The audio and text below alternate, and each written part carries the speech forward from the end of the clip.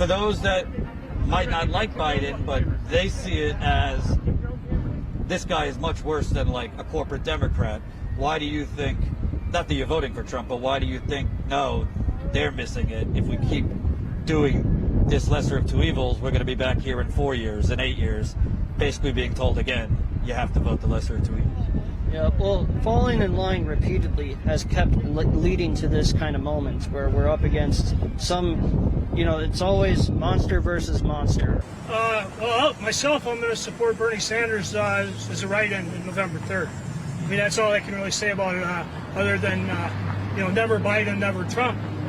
So obviously Biden's not doing enough to convince you to, hold your nose and vote for him. He absolutely isn't. I am totally undecided. I'd write your name in at this point. Usually by now I would have voted already, but I'm just not comfortable with either one of them right now. What are you looking for? What do you need to hear? Let's start at the crime bill and the fact that he has not only not apologized, not only Joe not Biden. he is not only not rectified. You never said I'm sorry. It's like I didn't do it. I want to hear an ironclad plan. I don't want to hear if this or if that or after the election. Biden is on the record saying nobody's standard of living is going to change. To his donors, he's saying that, and I think he's being general about everything else. A real big concern with everybody right now is medicare-for-all. If you can't, why wouldn't you want your neighbor to have health care? Why wouldn't you want anybody to have health care available to them? I don't understand. I just don't understand. Other countries got it. We don't seem to get it. And Joe's not going to get it for us. It's the faithless logician, dropping what's been missing, coming for the jugular, but not let me catch you slipping. No tool needed other than my mind to dissect these delusions and correct them in real time. The slayer of dogma and baseless assertions don't come with that weak shit or you'll soon need a surgeon. But it's too late for your argument. It's been torn to shred. There is no coming back. It is completely dead. All I need is my brain and my pen to use as I see fit to flay and or mend these inexcusable policies that are impossible to defend. All I need is my brain and my pen. No trust needed, just take a second and listen as I redirect and clear your clouded attention to focus on the facts, evidence, and testable predictions, painting a picture to help explain these insights, hypotheses, and suspect claims, giving you the tools needed to separate the truth from the false and the utterly inane. The marks are legion and too many to name, but they all love money, bathing in it with no shame, while the rest of us later their scraps struggling just to maintain. They've never read a war that they would not fund, yet they treat citizens asking for health care as low-life scum. But we're done asking, so get ready, because here the we come.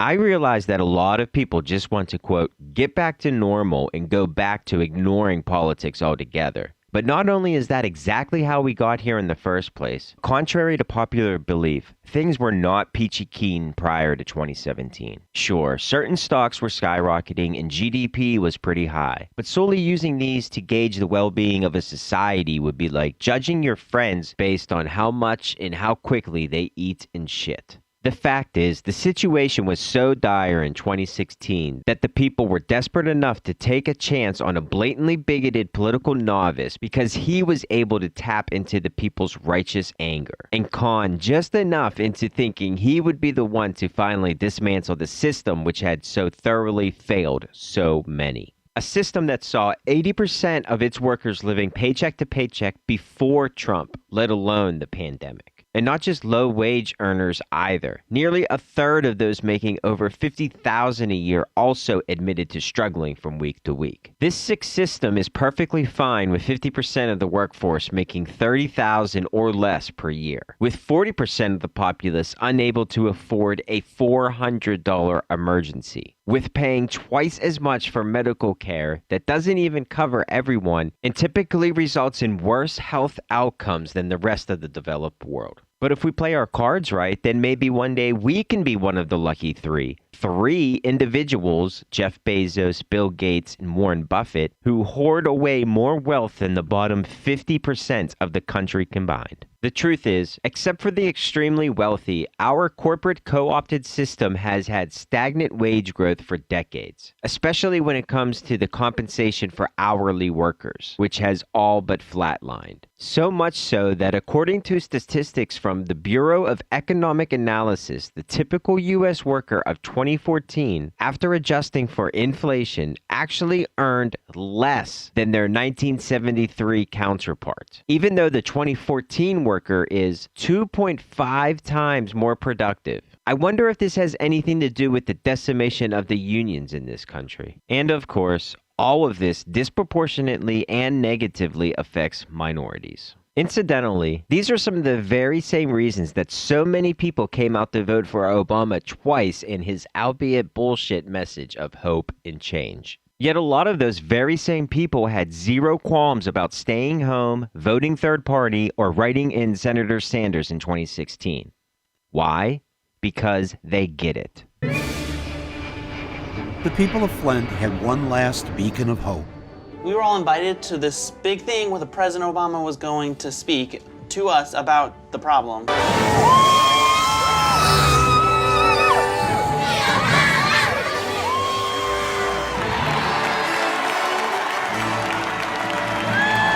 Thank you for caring for us, Obama. Flint's recovery is everybody's responsibility. And I'm going to make sure that responsibility is met. That's why I'm here, to tell you directly that I see you and I hear you.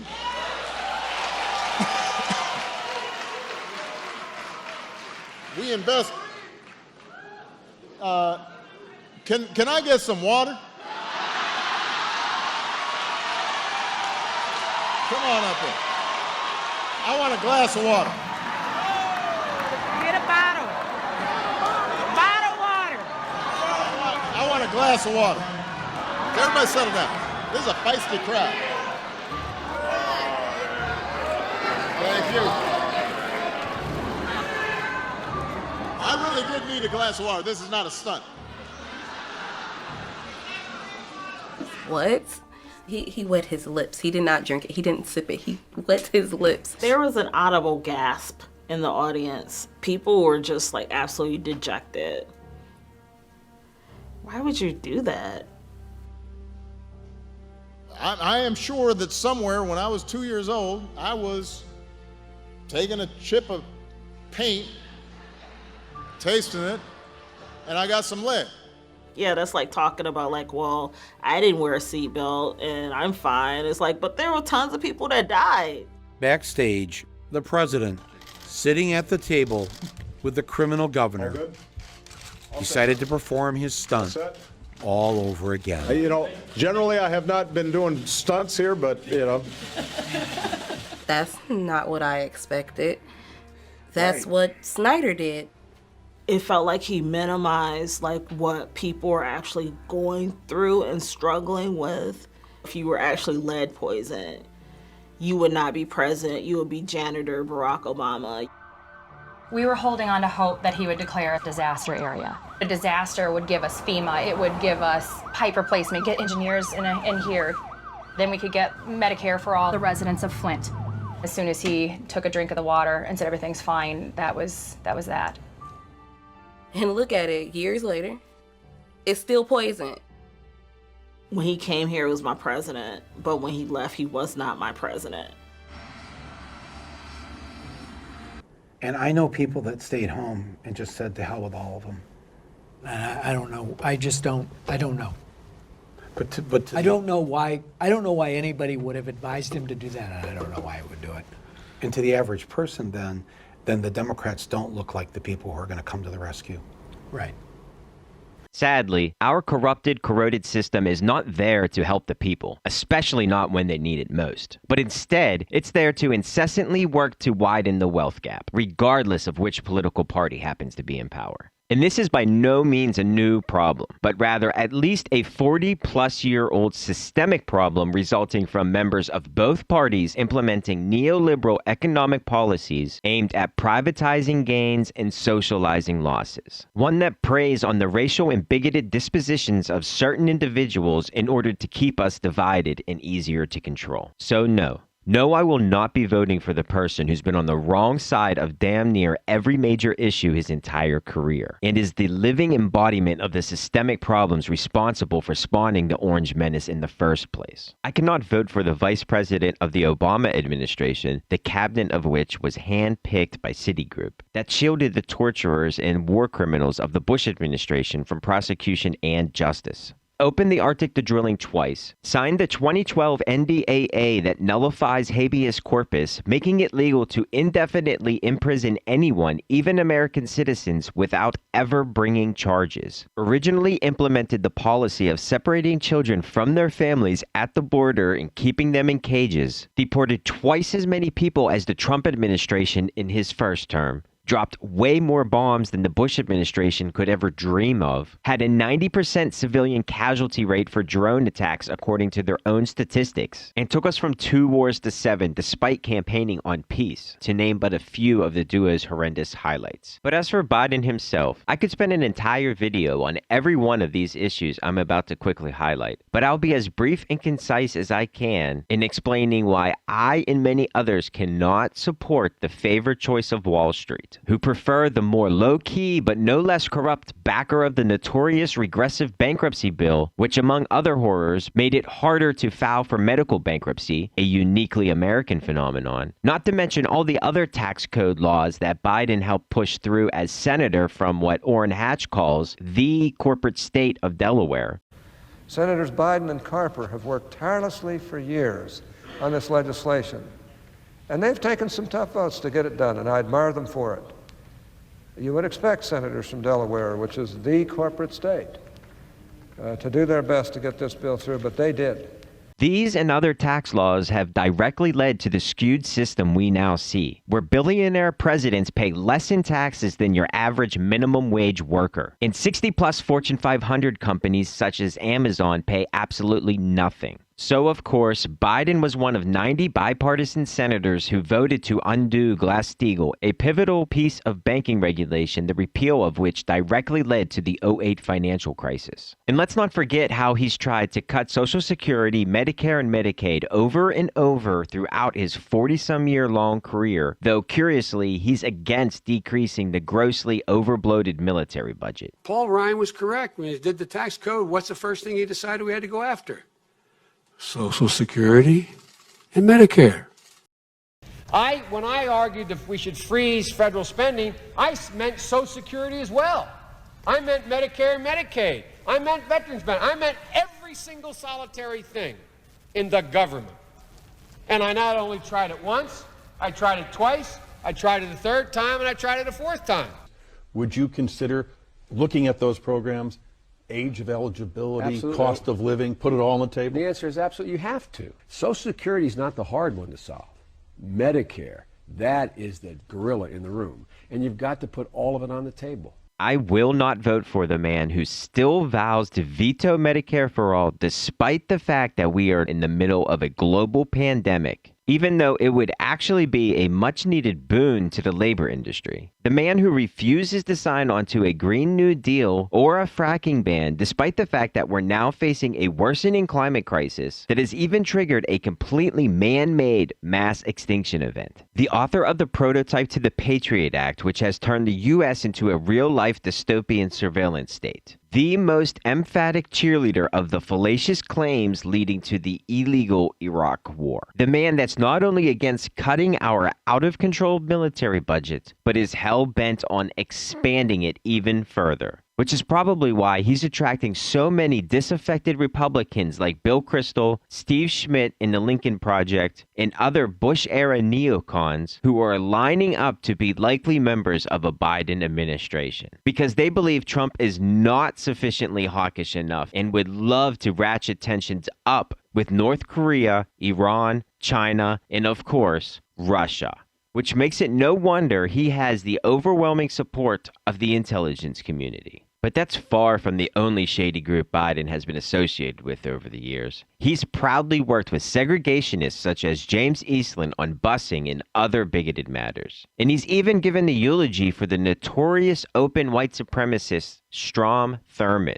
Yet later, when it was politically expedient to do so, he'd shamelessly lie about his civil rights record time and time again, including fallaciously claiming he was arrested with Nelson Mandela. But perhaps the most impactful reason I and many others cannot vote for Joe Biden is over his authorship of the '94 crime bill and other regressive tough-on-crime legislation that he's relentlessly championed throughout his lengthy career, such as the devastating 3 strikes and you're outlaw, mandatory minimum sentencing, the discrepancy between powder and rock cocaine, asset forfeiture, and many more draconian measures which destructively led to the United States incarcerating a quarter of the planet's prisoners, despite only being 4% of the world's population. A disturbing trend that just so happens to begin as Biden became senator in the early 70s. And though he may have finally stopped bragging about his crucial contributions, most likely because his campaign ordered him to, he's since forgone the facade altogether, choosing instead to double down on his tough-on-crime stance by selecting self-proclaimed top cop Kamala Harris as his VP. Does the presence of Kamala Harris on the Democratic ticket sway you at all? Not at all. I don't know who said she had our vote. She does not. We were supposed to grab onto Kamala with the black girl magic, but that didn't happen because she didn't right her wrongs. Like, I hold officials accountable. I don't care what color you are. And I think that too often we automatically think that because someone looks like you, that they're going to have your best interests at heart. And that's just not simply true. Another thing about how perspectives change over time. Bobby Rush, member of Congress, said the other day, "I'm ashamed that I voted for the '94 crime bill." You ashamed of that bill? Not at all. In fact, I drafted the bill, as you remember. I know that. Every time Richard Nixon, when I was running in 1972, would say law and order, the Democratic mantra, the response was law and order with justice, whatever that meant. And I'd say lock the SOBs up. So I hope this crime bill, when it passes, the Biden-Hatch crime bill, as it becomes law, God willing, I hope that we will have ended once and for all this notion that is a hangover from the 60s, that somehow Democrats are weak on crime and Democratic presidents are weak on crime and Republicans are tough on crime. The truth is, every major crime bill since 1976 that's come out of this Congress, every minor crime bill has had the name of the Democratic senator from the state of Delaware, Joe Biden, on that bill, and has had a majority vote of the Democratic members of the United States Senate on the bill. So, but by and large, what it really did, it restored American cities. No, Joe. No, it did not. All it did was achieve exactly what it was intended to, which was to criminalize the opponents of the establishment, making them easier to control. Or in the words of Nixon's domestic policy chief, the Nixon White House had two enemies, the anti-war left and black people. You understand what I'm saying? We knew we couldn't make it illegal to be either against the war or black, but getting the public to associate hippies with marijuana and blacks with heroin, and then criminalizing both heavily, we could disrupt those communities. We could arrest their leaders, raid their homes, break up their meetings, and vilify them night after night on the evening news. Did we know we were lying about the drugs? Of course we did. The point is, no matter who is president January 2021, we have a long road ahead of us. 2020 is not some nightmare that we're about to awake from, and Trump was not an aberration that manifested from thin air. This is just reality finally smacking us square in the face. Nothing but the natural consequences of our idiotic obsession with exploiting finite resources in an endless pursuit for ever more profit. It should be clear now more than ever that the answer lies outside of our two-headed monster masquerading as democracy. The system is the sickness, and if we never address address it, it will keep spitting up symptoms such as an even worse than Trump. Which is why, even if Biden wins, we can't let half the country go back to sleep for another 4 to 8 years, only to wake up to a more competent and capable sociopath. If there were an actual opposition party that proudly championed the plethora of overwhelmingly popular progressive policies, they'd be able to tap into the largest voting bloc, non-voters, which would actually force the corporate parties to compete for their support in any legislation that they wanted to get passed. Which is exactly why they fight so hard against any and all outside threats to their comfy corporatocracy. But the good news is we don't have to wait for a viable third party to enact meaningful change. In fact, the only time anything has ever actually changed for the better is when we come together as a people and demand it. FDR, an aristocrat, did not implement the progressive policies that birthed the novel middle class because he was a nice guy. He did so because nationwide general strikes and an economic depression left him no choice. Same goes for Lyndon Baines Johnson, a notorious racist in the civil rights movement. LBJ, a quote, connoisseur of the N-word, signed the Civil Rights Act because civil unrest left him no other options. And women did not simply vote their right to vote into existence, they had to fight for it for decades. So if we want a future for our country, for our children, for our species, then so will we. Because sadly, I have this funny feeling that walking into your local church or school and playing the worst game ever of Fuck, Marry, Kill isn't going to change much of anything. Thanks for watching. Please remember to like, subscribe, and share if you appreciate this content. And for fuck's sake, wear your damn mask. Jana. You might be able to have a Thanksgiving dinner without having an argument. This is Barack Obama talking. You might be able to have a Thanksgiving dinner without having an argument. You'll be able to go about your lives without worrying about the president retweeting conspiracy theories. That's Obama as he makes an appeal for normalcy. People aren't worrying about arguments over Thanksgiving dinner, Barack. They're worried about whether or not they can have Thanksgiving dinner. You fucking oligarch asshole. They're worried about whether they can have dinner or health care. They're worried about whether they can pay their mortgage or their rent or dinner. Regardless of who you support, it's absurd how we re-elect the same people over and over despite everything becoming objectively worse over time. Like all the congressional committee chairs are 80 plus, need a bipartisan anti-incumbent movement until shit starts changing. I'm with you. Joe Biden ran for Senate in 1972. That's the year I was born. He took office in 1973, became vice president in 2009. I have adult children and was married 20 years. I got a divorce during Biden's vice president administration. If he hasn't fixed America yet, he's not going to do it in 2020. Bernie lost, so you're going to have to vote for us. Okay, but can we get some Medicare for all? No. How about an end to the wars? No. Free college? Okay, less money for cops. Well, we can teach them to shoot you in the leg instead of the heart. Green New Deal? You're so spoiled. So what can you give me? We're not Trump. And that's it. Oh, and the first black woman VP pick. But, what about the coming evictions? Do you want babies in cages? But you guys deported more people than Trump. And didn't you also put babies in cages? Oh, so you want Trump to win re-election? Fascist. Because guess what? What has every major crime bill that's gotten this far been? A Democratic crime bill. A Democratic crime bill. That's the secret.